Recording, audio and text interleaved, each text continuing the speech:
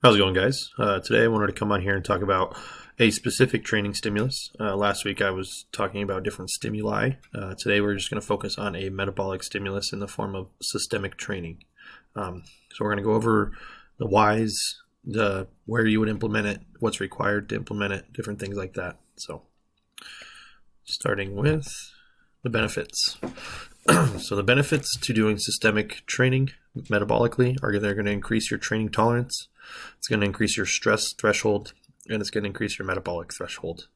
So increasing training tolerance is going to allow you to have more high intensity training sessions more frequently.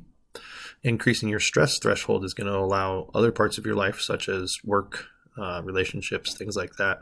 Stressors from there are not going to play as big of a role because your threshold will increase.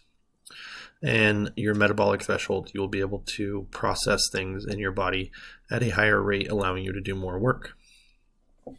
This also increases growth hormone nutrient partitioning.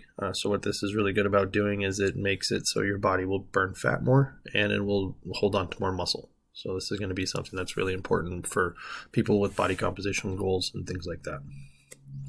So the adaptations that we get from this type of stimulus include improved cardio, a higher lactic threshold in the liver. So that feeling of being sick and throwing up is going to be when your body goes past that threshold. And so what it does is it releases all that lactic from the liver into your stomach, and that's when you feel like you're going to be sick.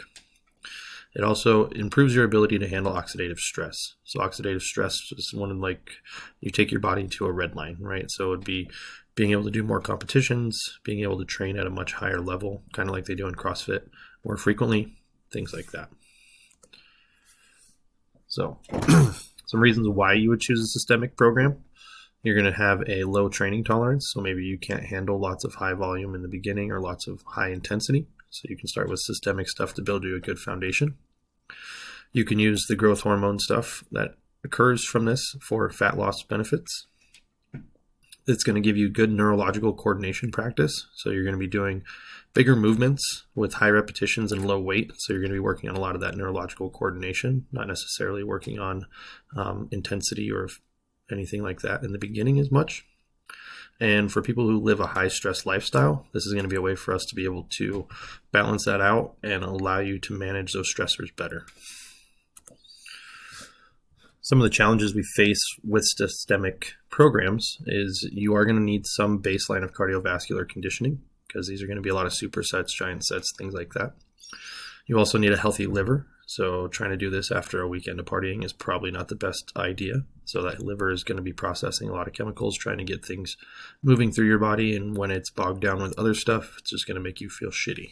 So this is hard to execute in busy gyms a lot of times because we are doing supersets all the way up to giant sets. And a lot of times that's like a squat, an RDL, a bench press, and some type of row. And so taking up a lot of equipment on occasion. Also, if you are a highly trained individual, none of this is going to stimulate any hypertrophy for you. So this is just going to be all those metabolic benefits. The newer people will get some hypertrophy benefits, just not very big ones. So if you guys have any further questions about this type of training or what certain programs may look like, go ahead and shoot me a DM or feel free to fill out the application in my bio at any time. Thanks.